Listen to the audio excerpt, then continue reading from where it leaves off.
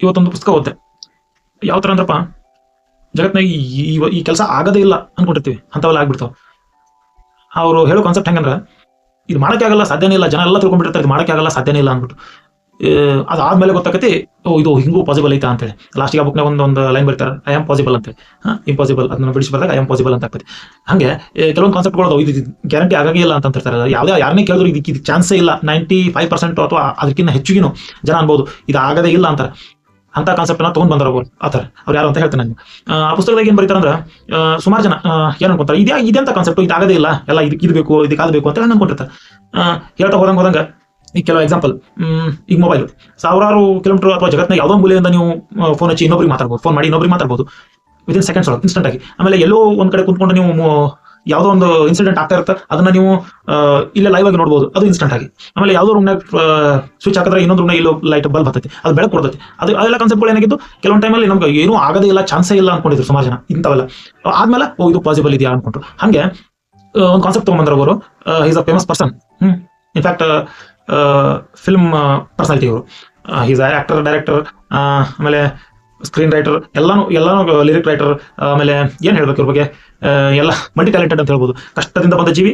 ಆಮೇಲೆ ಅವರು ಬರೋಕ್ಕಿಂತ ಮುಂಚೆ ನಾನು ಡಿಗ್ರಿ ಮಾಡ್ಬೇಕಾದ್ರೆ ಒಂದು ಸಾರಿ ಅವ್ರದ್ದು ಒಂದು ಆರ್ಟಿಕಲ್ ಬಂದಿತ್ತು, ಓದಿದ್ದೆ. ನಾನು ಸಿನಿಮಾಗೆ ಬರೋದು ನನ್ನ ಸಿನಿಮಾ ನನ್ನ ಕಾನ್ಸೆಪ್ಟ್ ಅಲ್ಲ ಅಂತ ಹೇಳಿದ್ರು. ಅಂದ್ರೆ ಅವ್ರದ್ದೇನೋ ಬೇರೆ ವಿಚಾರ ಇತ್ತು. ಆ ವಿಚಾರನ ಈ ಪುಸ್ತಕದ ಮುಖಾಂತರ ನಮ್ಗೆ ತಿಳಿಸ್ಕೊಟ್ಟಾರೆ. ಇಷ್ಟೊತ್ತಿಗೆ ಅವ್ರು ಡೈರೆಕ್ಷನ್ ಮಾಡಿದ ಪಿಕ್ಚರ್ಗಳು ಒಂದ್ಸರಿ ನೋಡಿದ್ರೆ ಯಾರಿಗೆ ಹೆಚ್ಚು ಜನಕ್ಕೆ ಅರ್ಥನೇ ಆಗ್ತಿರ್ಲಿಲ್ಲ. ಅಫ್ಕೋರ್ಸ್ ಎಲ್ಲರಿಗೂ ಗೊತ್ತಾಗತ್ತೆ, ಅವ್ರು ಉಪೇಂದ್ರ ಅವ್ರೊಂದು ಪುಸ್ತಕ ಬರ್ದಾರೆ. ಆ ಪುಸ್ತಕ ಹೆಸರಿಟ್ಟಾರ ಇದನ್ನ ಓದಬೇಡಿ ಅಂತೇಳಿ. ಯಾಕಂದ್ರೆ ಅದನ್ನ ಅನ್ಕೊಂಡಿರ್ತಿಲ್ಲ ನಾವು, ಇದನ್ನ ಅದೆಲ್ಲ ಅವ್ರು ಬರೆದು ವಿಚಾರ ನೋಡ್ಬಿಟ್ರೆ ನಮ್ಗೆ ಇದೇನಾಕತ್ ಬಿಡ ಅನ್ನೋ ವಿಚಾರ ಬರ್ತೀವಿ ನಾವು. ಹಂಗೆ ಇದನ್ನ ಓದಬೇಡಿ ಅಂತ ಒಂದು ಪುಸ್ತಕ ಬರ್ದಾರೆ. ಆ ಪುಸ್ತಕ ಅವ್ರ ಹೆಸರಿಗೆ ಮೇಲೆ ಟೈಟಲ್ ಕೊಟ್ಟರೆ ಇದನ್ನ ಓದಬೇಡಿ. ಉಪೇಂದ್ರ ಅವರು ಬರೆದಿರ್ತಕ್ಕಂಥ ಪುಸ್ತಕ. ಇದನ್ನ ಓದೋದ್ರಿಂದ ನಿಮ್ಗೆ ಏನು ಚೇಂಜ್ ಆಗುತ್ತೆ ಗೊತ್ತಿಲ್ಲ, ಪರ್ಸ್ಪೆಕ್ಟಿವ್ ಅಂತೂ ಚೇಂಜ್ ಆಗುತ್ತೆ, ನಿಮ್ದು ನೋಡೋ ದೃಷ್ಟಿಕೋನ ಚೇಂಜ್ ಆಗುತ್ತೆ. ಅದು ಚಂದ ಬರ್ದಾರ. ಆಮೇಲೆ ಇದು ನಾವೆಲ್ಲ ಯಾರೋ ಕುಂತು ಮಾತಾಡಂಗ ನಾವು ಈ ಪುಸ್ತಕ ಓದ್ತೀವಿ. ಸಣ್ಣ ಭಾಳ ಪುಸ್ತಕ, ಇದು ಒಂದು ಅಂಗಡಿಯಾಗಿ ಹಿಡಿತೀವಿ, ಅಂದ್ರೆ ಒಂದು ಪಾಕೆಟ್ ಪುಸ್ತಕ ಇದ್ದಂಗೆ, ಒಂದು ದಿವಸ ಓದ್ ಮುಗಿಸ್ಬೋದು ಇದನ್ನ. ಇದ್ರಲ್ಲಿ ಕೆಲವೊಂದು ವಿಚಾರಗಳು ಬರ್ತಾರೆ, ಅವ್ನ ಇಲ್ಲಿ ಅಂಡರ್ಲೈನ್ ಮಾಡಿಟ್ಟೇನೆ ಹೇಳ್ತೀನಿ. ಯಾಕಂದ್ರೆ ಒಬ್ಬ ಕಾರಲ್ಲಿ ಓಡಾಡ್ತವನೆ, ಅವ್ನು ನೋಡಿ ಕಾಲಲ್ಲಿ ಓಡಾಡೋನು ಏನು ಅನ್ಕೋತಾನೆ, ನನಗೂ ಕಾರ್ ಇದ್ರೆ ನಾನು ಓಡಾಡ್ತಿದ್ನಲ್ಲಪ್ಪ ಆರಾಮಾಗಿ.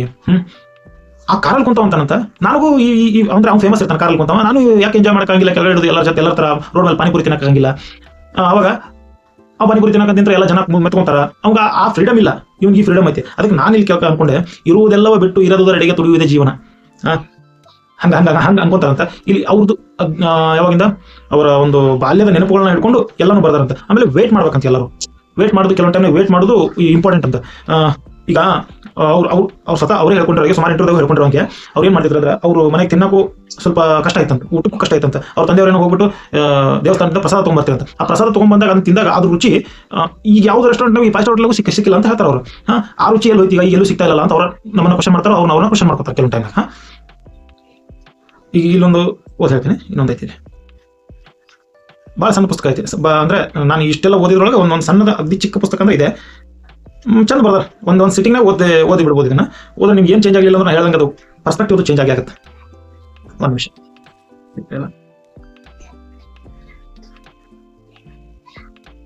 ಇವ್ರು ಹೇಳ್ತಾ ಇರೋದು ಹುಚ್ಚತನನೇ ಇರ್ಬೋದು, ಆದ್ರೆ ಕೆಲವು ಸತ್ಯಗಳು ಹುಚ್ಚತನದಲ್ಲಿ ಇರುತ್ತೆ. ಹುಚ್ಚಾಸ್ಪತ್ರೆಯಲ್ಲಿ ಕೂತ್ಕೊಂಡು ಹೊರಗಡೆ ಜಗತ್ತು ನೋಡಿ ಎಷ್ಟೊಂದು ಹುಚ್ಚರು ಹೆಚ್ಚು ಹೊರಗೆ ಇದ್ದಾರಾ ಅನ್ಕೊಂಡಾಗೆ, ಹುಚ್ಚಾಸ್ಪತ್ರೆ ಸೇರಿದವ್ರಿಗೆ ಹೊರಗಡೆ ಇರೋ ಸತ್ಯನೇ ಹುಚ್ಚಾಸ್ಪತ್ರೆಯಲ್ಲಿದೆ ಅನ್ನೋವಾಗ ಏನಾದರೂ ಒಳ್ಳೇದು ಮಾಡಬೇಕು ಅಂದ್ರೆ ಗೆಲ್ಲಕ್ಕೆ ಏನು ಮಾಡಬೇಕು, ಏನು ಬೇಕಾದ್ರೂ ಮಾಡ್ಬೋದು ಅನ್ಕೊಂಡು ದುಡ್ಡು ಖರ್ಚು ಮಾಡಿ, ಜನನ್ನ ಏನೋ ಮಾಡಿ ಫೇಮಸ್ ಆಗಿ ಜನಬಲಕ್ಕೋಸ್ಕರ ಜನಕ್ಕೆ ದುಡ್ಡು ಕೊಟ್ಟು ಗೆದ್ದು ಆಮೇಲೆ ಒಳ್ಳೇದು ಮಾಡೋಣ, ಒಂದು ಒಳ್ಳೆ ಕೆಲಸ ಮಾಡೋಕ್ಕೆ ದಾರಿ ಪೂರ್ತಿ ಕೆಟ್ಟ ಕೆಲಸ ಮಾಡಿದ್ರೆ ಏನರ್ಥ? ಹಂಗೆ ಅವರು ಆಲ್ಮೋಸ್ಟ್ ಇಲ್ಲಿ ಇದ್ರೊಳಗೆ ನೀವೇ ಕ್ವಶನ್ ಮಾಡ್ಕೊಂತೀರಿ ಈ ಪುಸ್ತಕ ಓದಿದ ಮೇಲೆ.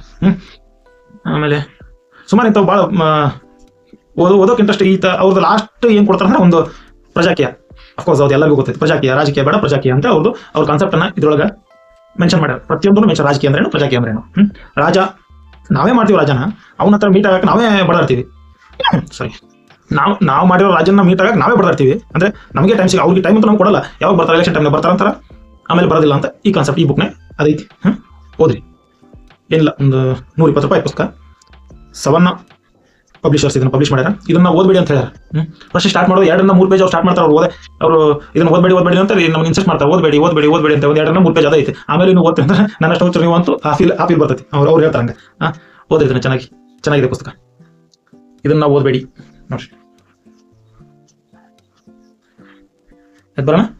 ಹಾಗೆ ನಿಮ್ ಇದನ್ನು ಓದಿದ ಮೇಲೆ ಅಥವಾ ಈ ಕಾನ್ಸೆಪ್ಟ್ ನಿಮ್ಗೆ ಆಲ್ರೆಡಿ ಗೊತ್ತಿದ್ರೆ, ಪ್ರಜಾಕೀಯ ಕಾನ್ಸೆಪ್ಟ್ ಗೊತ್ತಿದ್ರೆ, ನಿಮಗೆ ಏನು ಅನಿಸುತ್ತೆ ಕಮೆಂಟ್ ಮಾಡಿರಿ, ಸಬ್ಸ್ಕ್ರೈಬ್ ಮಾಡಿರಿ, ಲೈಕ್ ಮಾಡಿರಿ ಆ್ಯಂಡ್ ಶೇರ್ ಮಾಡಿರಿ. Thank you.